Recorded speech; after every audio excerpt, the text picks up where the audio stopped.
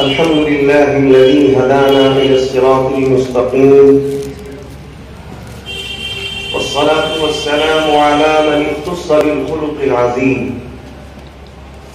وعلى آله الذين قاموا بنصرة الدين القويم. أما بعد، فقد قال الله عز وجل: أعوذ بالله من الشيطان الرجيم، بسم الله الرحمن الرحيم. إنا عرضنا الأمانة على السماوات والأرض والجبال فأبين أن يحملنها وأشفقن منها وحملها الإنسان إنه كان ظلوما جهولا. صدق الله العلي العظيم. قابل عزت احترام عزت مآب جناب مولانا سید سعدی قاسمی صاحب حفظہ اللہ ورعاہ، اور اسٹیج پہ رونق افروز ہمارے علماء کرام و مہمانان اعظام، علاوہ ازیں سامنے موجود ہمارے طلباء، میں اللہ رب العالمین کا بے انتہا ممنون و مشکور ہوں کہ آج ایسی محترم الشان تقریب میں شرکت کرنے کا موقع حاصل ہوا. میں جب سے آیا اور میں نے قرآن مجید کی جو آیت تلاوت کی، اول پہلا میں جب تلاوت قرآن مجید کے لیے زہیر صلی اللہ علیہ وسلم کو مدعو کیا گیا اور انہوں نے قرآن مجید کی یہ آیت تلاوت کی آج کے اس موقع کے اوپر، تو ظاہر بات ہے کہ اس میں پورا خلاصہ بھی ہے، پورا مضمون بھی ہے اور پورا موضوع بھی ہے. وہ ظاہر بات ہے کہ ایک خاص تربیت دی گئی ہے، ایک خاص انداز سے جو تلاوت ہوئی ہے، تو میں نے سوچا کہ اس کا ترجمہ اور اس کی تشریح آپ کے سامنے رکھوں. جو آج کا نچوڑ ہے، جو آج کا خلاصہ ہے، اب اس کے کہ میں اس جانب جاؤں اور آپ کے ذہن کو مبذول کروں، میں یہ بات بتانا انتہائی ضروری سمجھتا ہوں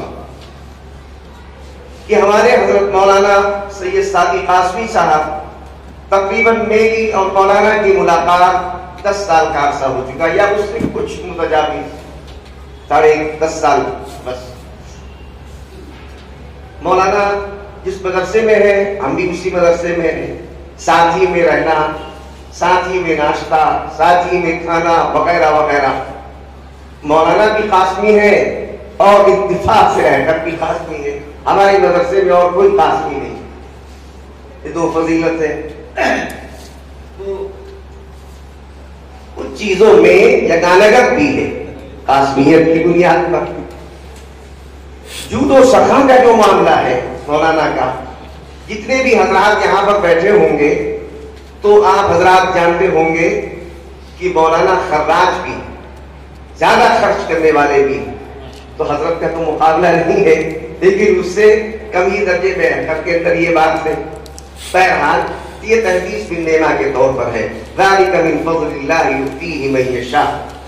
اللہ کا فضل ہے، اللہ جس کو چاہتا ہے نوازتا ہے اور دیتا ہے. تو طلباء حضرت سے بھی مانوس رہتے ہیں اور طلباء الحمدللہ اہتر سے بھی مانوس رہتے ہیں. میری ایک مرتبے کی بھی رفاقت اگر کسی سے ہو جائے تو بہرحال وہ مانوس ہو کے ہی جاتا ہے. سب سے پہلے جب مدرسے میں میں آیا، ہمارے محتمم ابرار الحق صاحب تھے، لکھنؤ میں جب میری ملاقات ہوئی تو 3 شرطیں انہوں نے مجھ سے رکھی. 2 شرطوں کا ذکر نہیں، تیسری شرط، آپ کسی سے ملاقات نہیں کر سکتے. 2 شرطوں کو تو میں نے قبول کر لیا. تیسری شرط جب انہوں نے یہ بات کہی، میں نے کہا حضور یہ ہو ہی نہیں سکتا. لیکن جو خطرہ ان کو تھا میں سمجھ گیا. میں نے کہا کہ آپ کی ذات عالی کو میری جانب سے کوئی شکایت نہیں ہوگی انشاءاللہ، اور الحمدللہ اس کے اوپر میں کاربند ہوں، عمل پیرا ہوں. تو 2 چیزیں ہیں. اخلاق انسان کو بلند کرنا چاہیے، انک لعلی خلق عظیم، اے نبی صلی اللہ علیہ وسلم آپ اخلاق کے بلند معیار پر فائز صلی اللہ علیہ وسلم۔ تو عزیز طلبہ، مولانا کی جو میری رفاقت ہے یہ تو چند باتیں ہوئی، اس کے علاوہ مولانا جب مدرسے میں تشریف لے گئے اور وہاں پہ آپ نے درس کا آغاز کیا تو ایک خاص انداز میں آپ نے اس کی شروعات فرمائی۔ سب سے پہلے سیرت، اور اس کے کچھ دنوں کے بعد حضرت نے عقائد کا درس شروع کر دیا۔ تو سیرت حضرت پڑھاتے تھے، لیکن سیرت کا مقصد کیا تھا، سیرت کا ماحصل کیا تھا، سیرت کا مدعا کیا تھا، وہ بعد میں پتہ چلا۔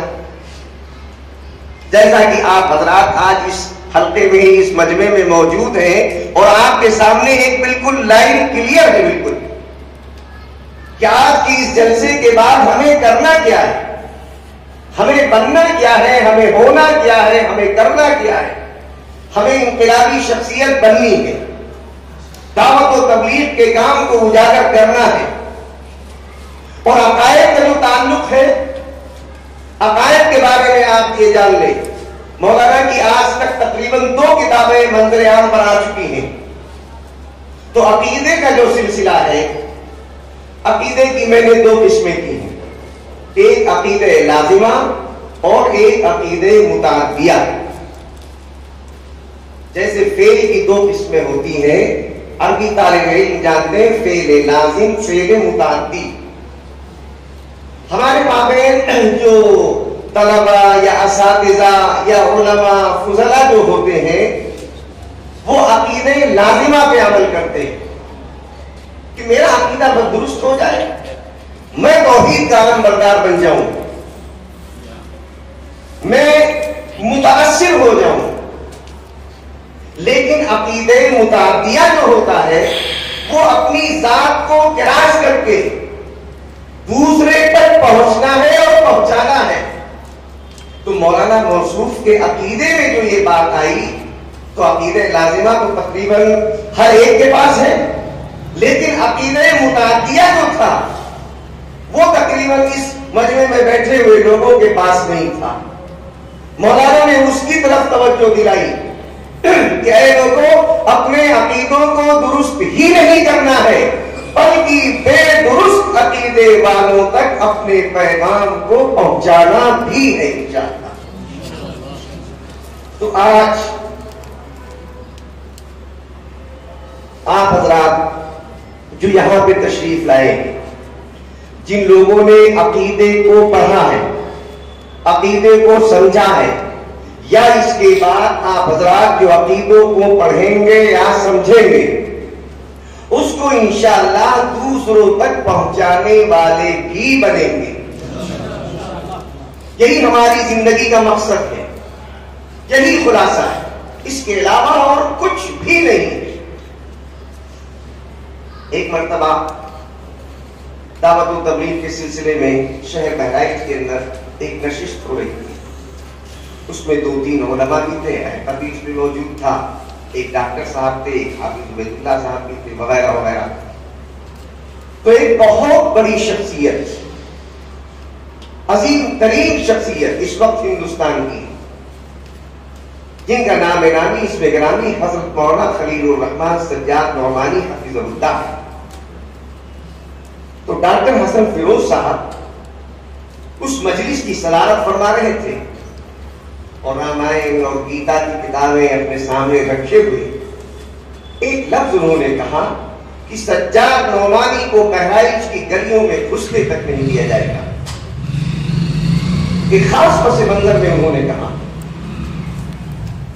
اور وہ صاحب اب یہ تبلیغ کرنا شروع کیا ہے اور گھر جانا شروع کیا ہے اور رامائن اور گیتا کا مطالعہ شروع کیا ہے اور غیروں تک جانا شروع کیا ہے، اور وہ دن آئیں گے کہ وہ جیل کی سراخوں کے اندر ہوں گے۔ ظاہر بات ہے کہ انبیائی مشن اور انبیائی جو کام ہوگا اور کیا ہوگا، اس کے علاوہ کچھ ہو نہیں سکتا ہے۔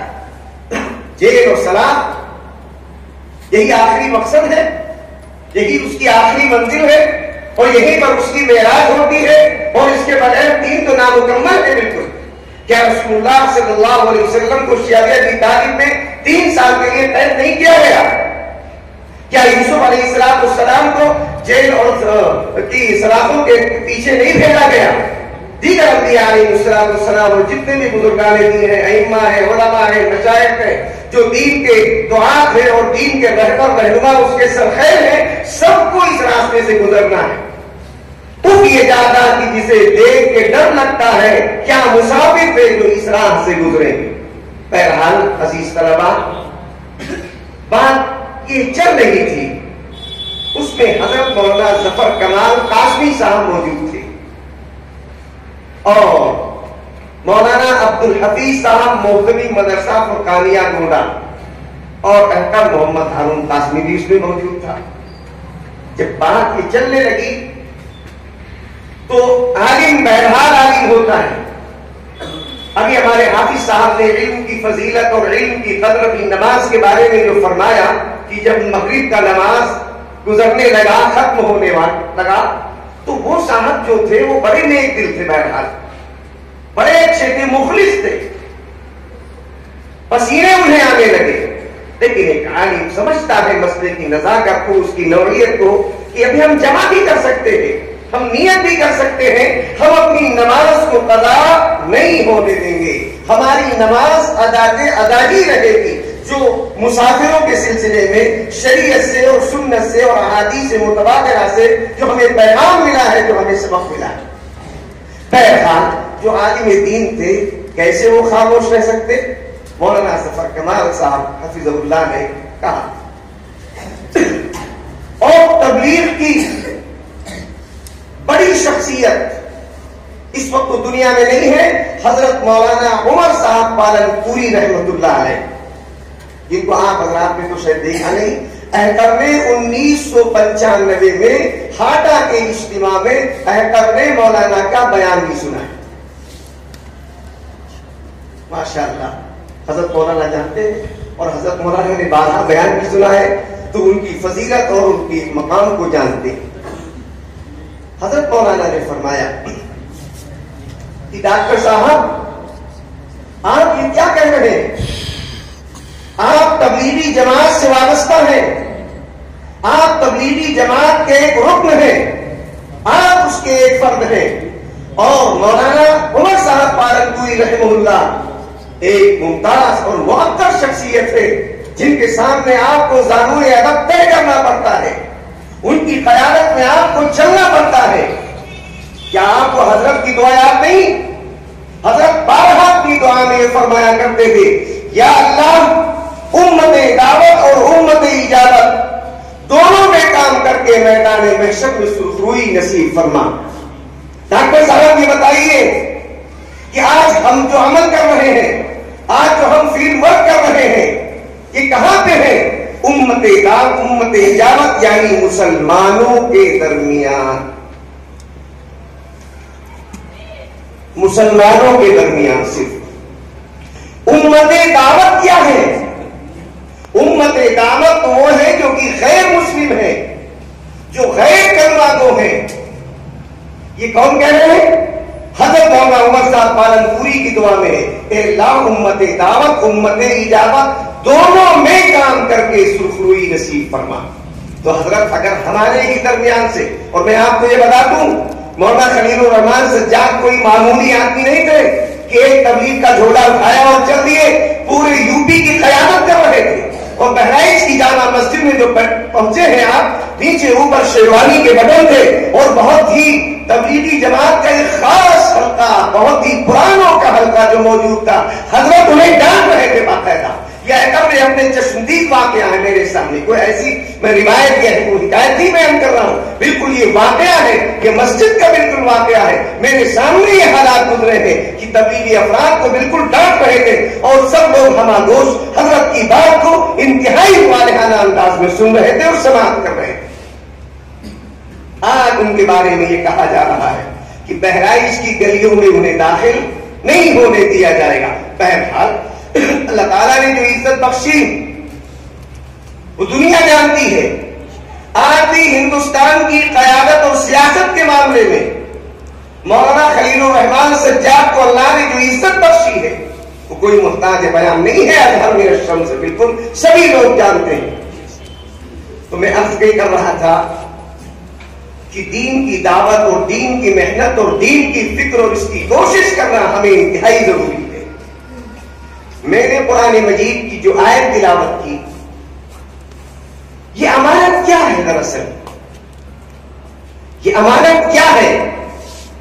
قاری قرآن میں جو تلاوت کی، قرآن مجید میں جو کہا گیا اِنَّا عَرَضْنَا الْأَمَانَةَ عَلَى السَّمَاوَاتِ وَالْأَرْضِ وَالْجِبَالِ فَأَبَيْنَ أَن يَحْمِلْنَهَا، ہم نے اس امانت کو آسمان پر، زمین پر، پہاڑوں پر پیش کیا۔ اللہ فرما رہے ہیں یہ کون سی امانت ہے؟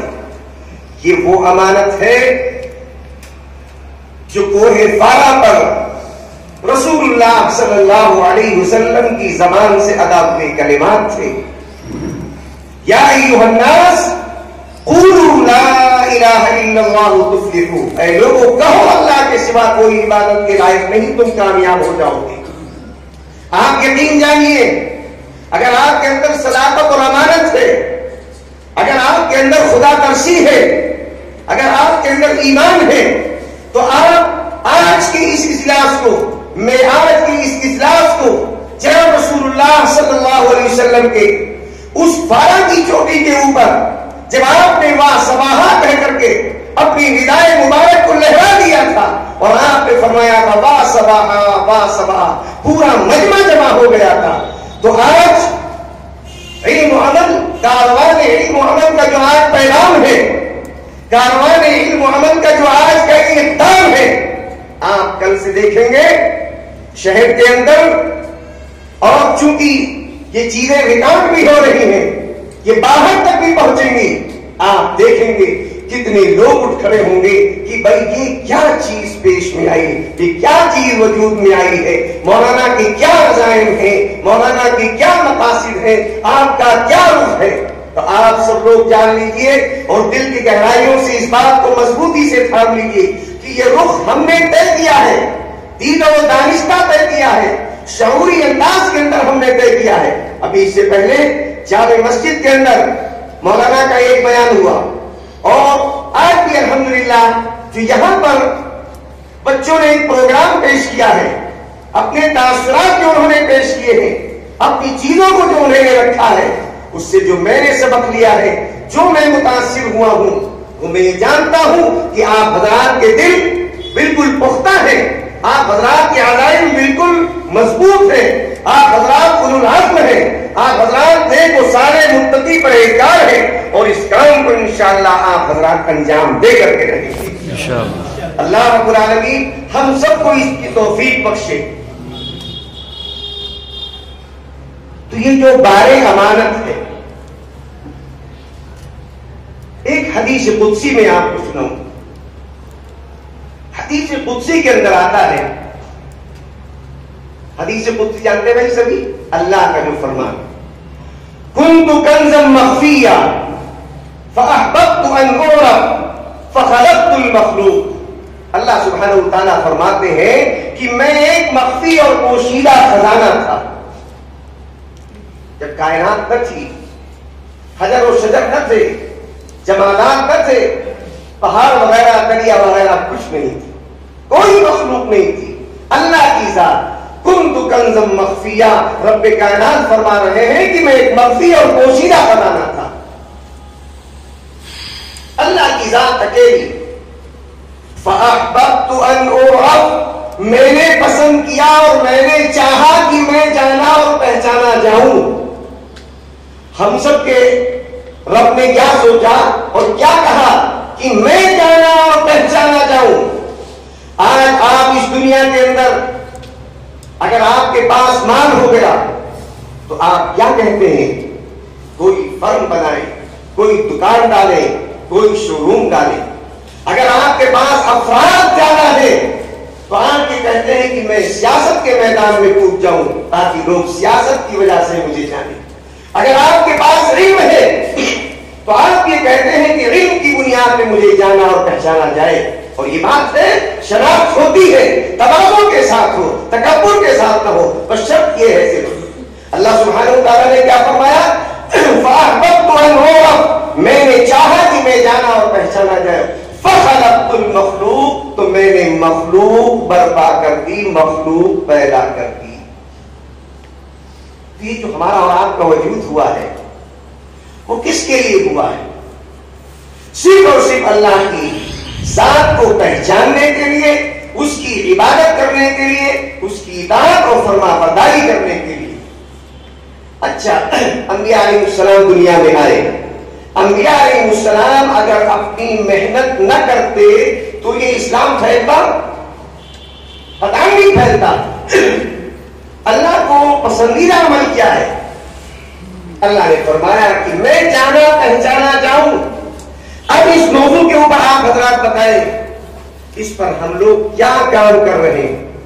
علامہ انور شاہ کشمیری رحمت اللہ علیہ جو محدث دارالعلوم دیوبند تھے اور بہت ہی اہم ترین شخصیت تھی، ایک روز تہجد کے وقت آپ بیدار ہوئے اور تہجد کے لیے آپ وضو فرما رہے. آپ کے بہت سے تلامذہ اور بہت سے شاگردین کا بھی حلقہ تھا.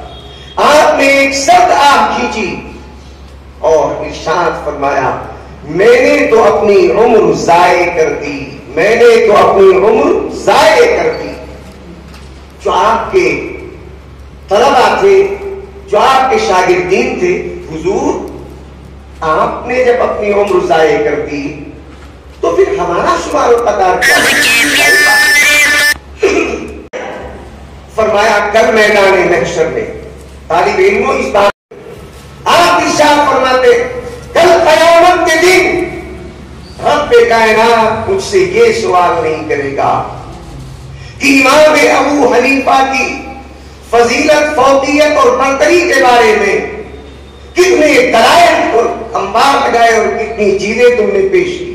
کل پروردگار عالم تو مجھ سے یہ پوچھے گا انور شاہ تم یہ بتاؤ میری ذات کا تعارف و پرچار و پرسار کتنا. وَرَبَّكَ فَكَبِّرْ، اے لوگوں اپنے رب کی بڑائی بیان کیجیے. اللہ رب العالمین کل قیامت کے دن یہ پوچھے گا. ابھی الیکشن ہوا، 80 اور 20 کا نعرہ بھی لگا، آپ نے دیکھا. آج بے شک ہم 20 ہیں، میں اس کی طرف نہیں جانا چاہتا، لیکن یہ 80 لوگ کون ہیں؟